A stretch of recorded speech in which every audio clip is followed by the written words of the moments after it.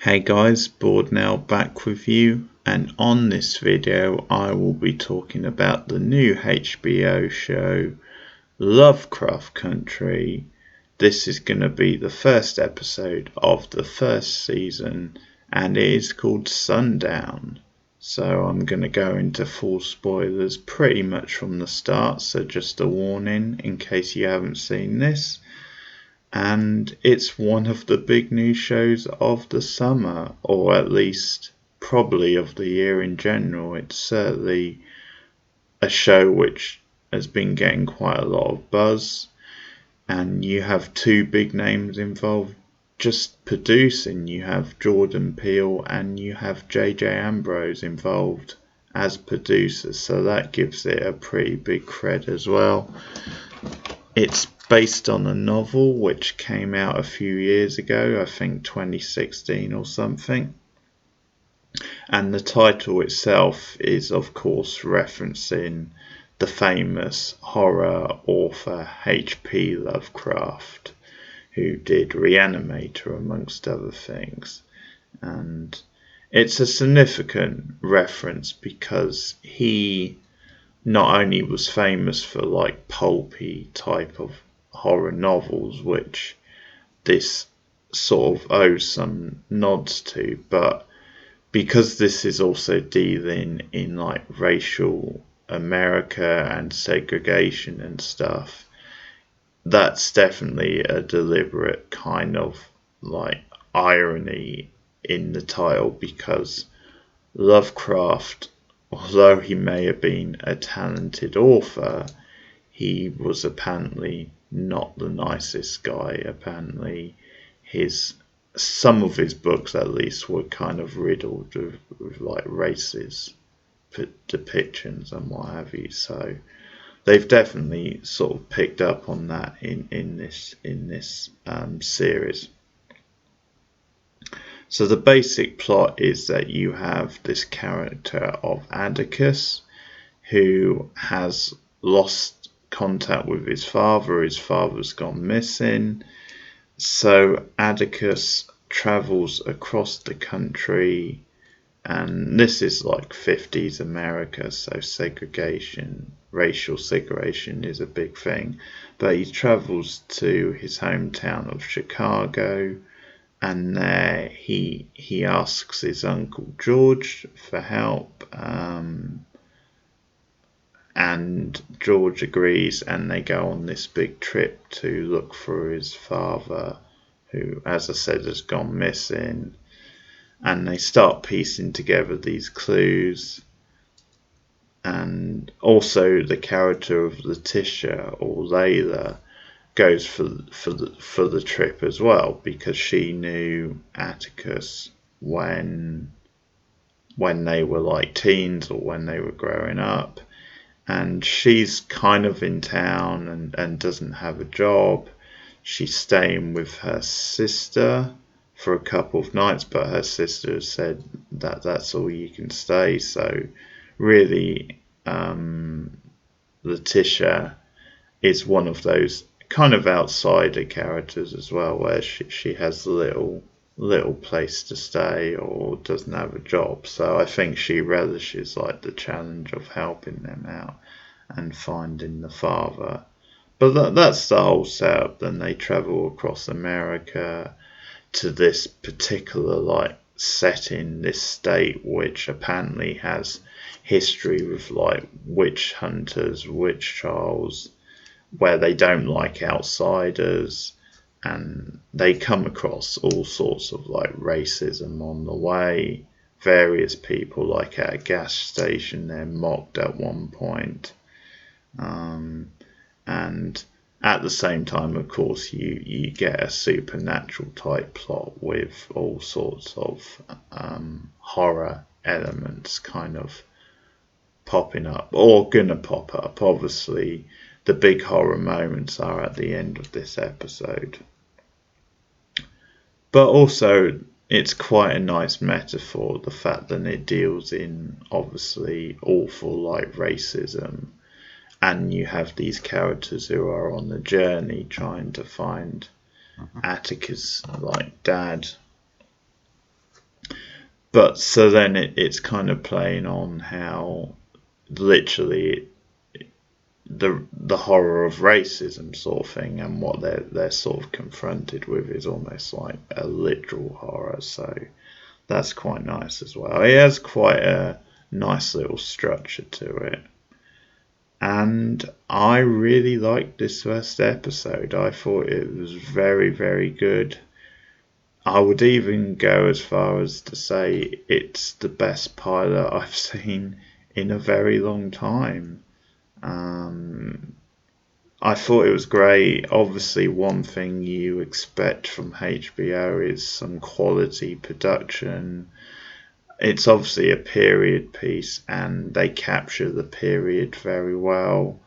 But at the same time, there wasn't anything bland about it. There wasn't anything dry about it. I think from the opening moments, really, there was a style to it. There was a mood. There was a sense of atmosphere and dread to it. And it's like they captured the period and its colour and its energy, but it never felt like just a period drama. They were like mixing all these different things in, and it felt very sort of satisfying. But yeah, it looks great. As I said, there's atmosphere. There's a lot of energy to it. I really love the scene quite early on where you get like a street performance by these like jazz or blues performers, and it's Letitia and her sister basically. Like her sister is like a singer, and she gets up on this stage in the middle of the street and starts singing. And then when Letitia kind of interrupts the performance, and there's a bit of a rivalry there, she then gets called up to perform with them. But just the power of that scene and the energy, I think what it really captures is this sense of empowerment, this sense of almost like a movement sort of growing. And I think another thing to say is that the showrunner, Misha Green, I believe, does come from this sort of background, so she understands very much the politics of the show and has that experience of coming from like an African American background. I'm pretty sure that's the case anyway. So it really feels like they've got a good person to deal with their story and that sort of context. But yeah, I really liked that scene, just the power of it and the energy, and it just captured a certain something. It was very sort of cinematic, but I also liked the conflict between the sisters. And as the episode goes on, it becomes even more atmospheric and creepy and just powerful. It's very well cast as well. I think the lead actor is very like naturalistic. I think he's really sort of understated, but he does have that awkward sort of feel. Obviously, I've sort of forgotten his name now, but the actor who plays George, the uncle, who's been in Courtney B. Vice, who has been in like loads of stuff. He's a really good actor, so that's a great bit of casting. I also like Letitia as well. I think she had a bit of a charisma and like attitude to her. And she actually has quite a nice arc in the first episode, because we find out that she knew Atticus when they were children, and it's the first time she's seen him since, because when she sees him on the street, she's like, oh my god, it's Atticus, like I knew him as an 8-year-old. So I think there's a personal connection, and they sort of weave in like these genre elements, all these sort of cool little things, like the fact that Letitia, that is, when they were like teenagers, she was the only girl in the sci-fi club. So I think there are like these little things that become empowering. You get like strong, empowering female characters, because on the other end, there's a really loving relationship between George and his wife. You see the closeness between them, but he's very worried about her, about taking her with him, on the trip, because she's just worried about the violence she might occur. And there's a beautifully sad scene when they're on the phone later on, when he just calls home, and he kind of says, well, next time you can come with me, sort of thing. But it's a really sort of sad scene as well. But yeah, Letitia does have a good sort of arc in this episode alone, because she actually like saves them at one point, saves their asses, because they go to like this racist like diner, and they've been given a tip, then they could find something out potentially about the father there, or get a clue, and they're sort of tricked into like thinking they're going to be served there, but really the guy running the place or working there actually calls up some friends of his who are like, again, racist, and they come driving down with the intention of shooting them. So it's Letitia overhears him on the phone, and that's when she comes running out and tells them, we've got to get out of here. And it turns into like this really high energy sort of chase scene with like these, racist idiots like chasing them. But it's a really thrilling sort of atmospheric type scene as well. But stuff like that kind of shows you Letitia is a strong character. She really likes to get involved in this thing. She really enjoys like the thrill of it, I think, because near the end as well, when they're in danger, she actually makes a run for the truck to try and save them. So there's some really good scenes with her. So the characters, I think, are very engaging, very likeable to watch. You're invested in their story. I really like, although you don't see much of her, but the young girl who, I wasn't sure if she was Atticus's sister or niece, one of the two. I'm guessing she might have been his sister, but anyway, they have a sweet little bond, I think. And there's a scene where we find out that she actually writes comic books, or designed comic books, and that's another, again, good touch. Just the fact that the girls in the family, they're encouraged to be creative, and it again reminds you this is a sci-fi and fantasy type show as well, so it's constantly sort of like, I mean, not in an aggressive way, but is sort of winking at its audience. But there's just something about the whole mystery of the thing, the fact that this family, they are kind of creative, and I think that's sort of important. But the genre stuff works very well as well. The opening scene was kind of strange because it starts at wartime, and it's meant to be a flashback, I think. It's either like the father at war or Atticus at war. I couldn't quite figure that bit out, but it's like this really spectacular war flashback, and you hear like the news from the time and stuff. And it's actually really full on, but because it's meant to be like a dream or a flashback, I guess it worked well. It didn't really feel, it felt over the top, but you could see why it was over the top. But there's, I think, maybe one or two moments like that where maybe yeah, it did go that sort of level and maybe felt a bit jarring, but it wasn't really a big problem. I could understand why it was there.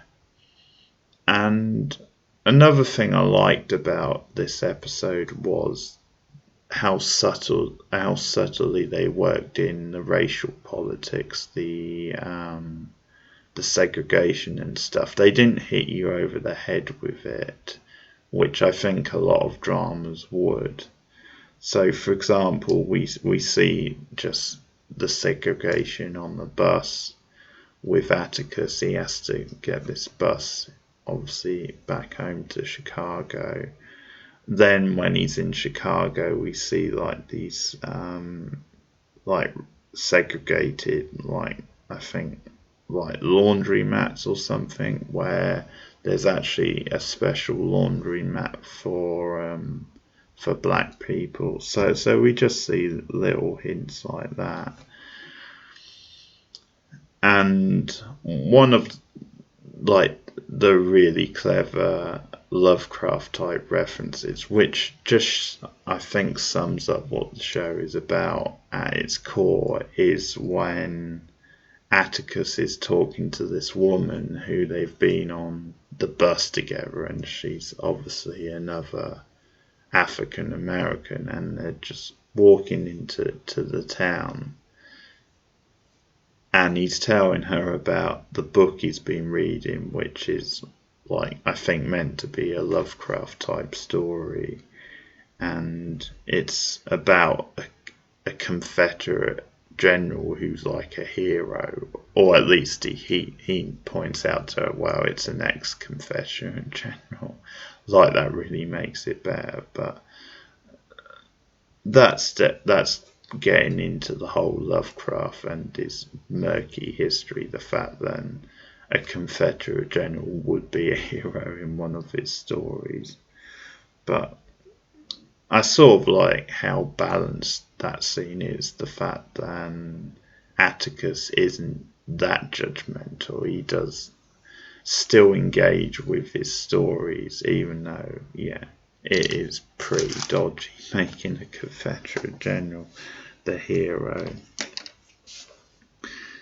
But we get a little bit into like just suggestions of what happened to the father. There's a letter in like a bookstore where he worked or something like that.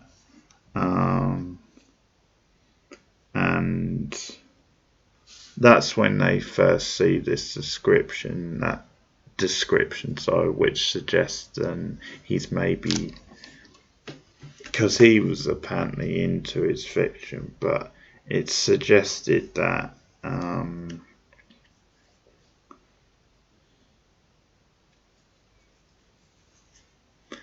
that he wanted to go to LoveCraft country, and that he wanted to go to Salem, and this is where Reanimator is like mentioned, and George kind of tries to assure Atticus, and it's loosely based on that, but it is a fictional story, and there's only like small bits and pieces. Atticus is told by a man in a bar that he saw his father 2 weeks ago, and he left with a white man. They left in a hurry. Also, at one point, Atticus phones up someone in South Korea, which we're not quite sure what, and she's quite aggressive with him on the phone. She just says he's gone home, and hangs up the phone quite quickly. But so I think we're meant to think that was like a mistress of Maurice's name is Atticus's father. I think we're meant to think that was, yeah, someone like a mistress or someone like that. But there's not a great deal much more to say about the first episode. I think it is really well handled, and it had a good sort of pace into it. The drama is working really well, but it's definitely the way it's mixing the horror and the fantasy stuff in with the racial politics that makes this show so unique, I think, or the premise so unique. We'll see how it goes so far, but I think because I'm liking the characters so far, that definitely helps as well. But yeah, I should talk a little bit about the end of the episode, because it really picks up pace at the end, because they obviously get to this town and they're confronted with all sorts of racism. So the big set piece at the end of the episode is that they've been originally stopped by this racist, I think he's the sheriff or something, certainly a cop, and he gives them a hard time, and he basically almost threatens to hang them, like the old lynchings. Yeah, he sort of says to them that you're not allowed past this point at this time of this time of day, and he says you've got 7 minutes basically until 7:05, I think he says. If you don't, there's going to be trouble. So 7 minutes basically to leave town.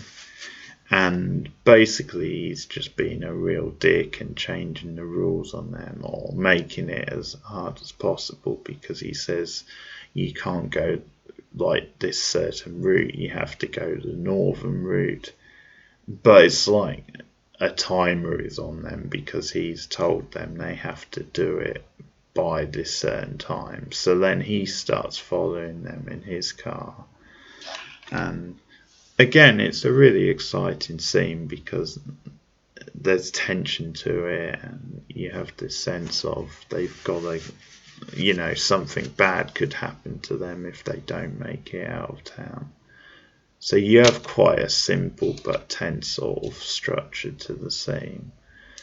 And of course, not surprisingly, with him being a racist arsehole, he and his other cop buddies, that they cut them off before they can escape. They go in front of them, and they take them into the woods with guns and points them at their heads, and they start questioning them about a robbery that happened last week. And Atticus kind of slips up because he actually knows the detective or the sheriff's name, so he mentions his name by mistake, which gets them into more hot water. Now, whether they actually intended to kill them or if it was just them messing with them, you don't really know. But what happens is, this is when the horror element of the episode comes in, or the supernatural horror, I guess you would say. Because a bunch of creatures run through the woods and start chasing after them, start attacking them.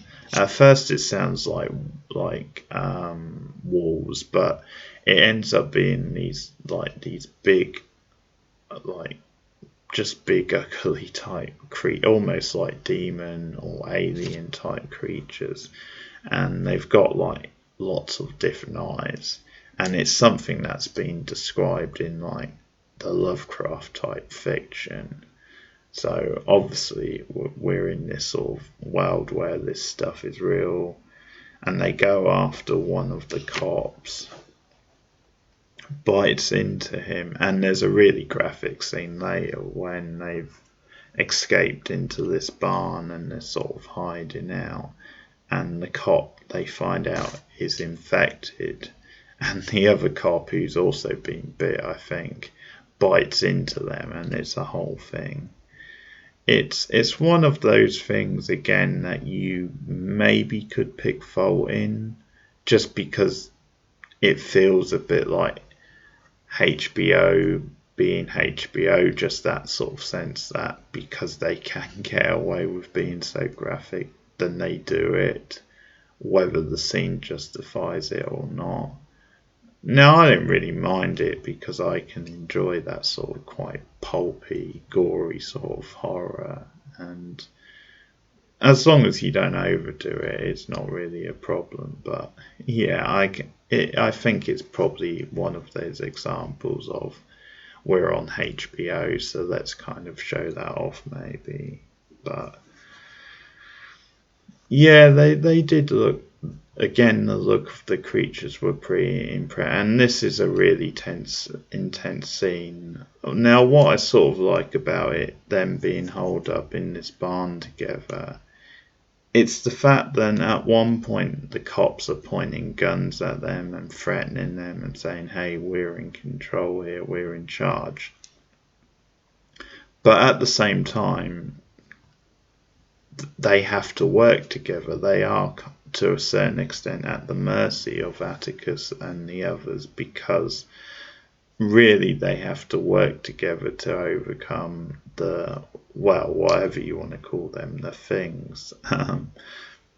So it is like this kind of situation where whether they like to or not, their fates are probably in each other's hands.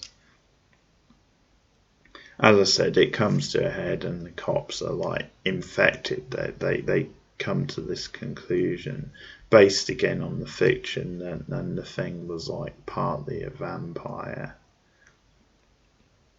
So that sort of happens, and at one point they're worried about George, but it turns out he's okay, but the three of them escape in the end because Letitia goes and gets the car.